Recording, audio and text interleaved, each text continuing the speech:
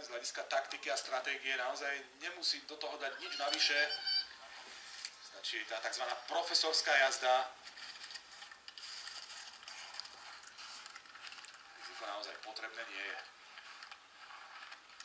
No, vybrúsená technika Michaely Šifrinovej. Môžeme očakávať naozaj presnú, čistú jazdu bez zbytočného rizika.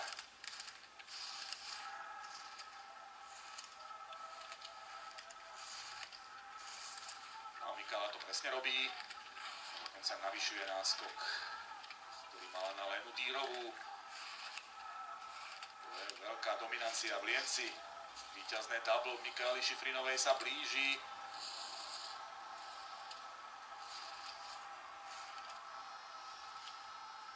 Ďalšie vylepšenie historických rekordov Michaely Šifrinovej bude o chvíľu spečatené. Američanka rozdrvila konkurenciu.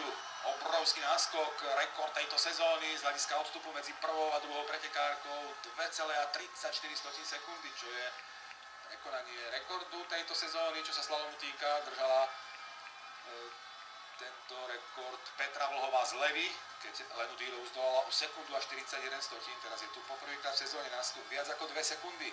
Michaela Šifrinová ukázala dnes iný level ako zvyšok sveta. 56. slalomové víťazstvo. Ďalšie vylepšenie historického maxima a vylepšenie historického maxima aj v celkovom počte víťazstiev na číslo 93. V Lienci teda víťazné double Michaely Šifrinovej.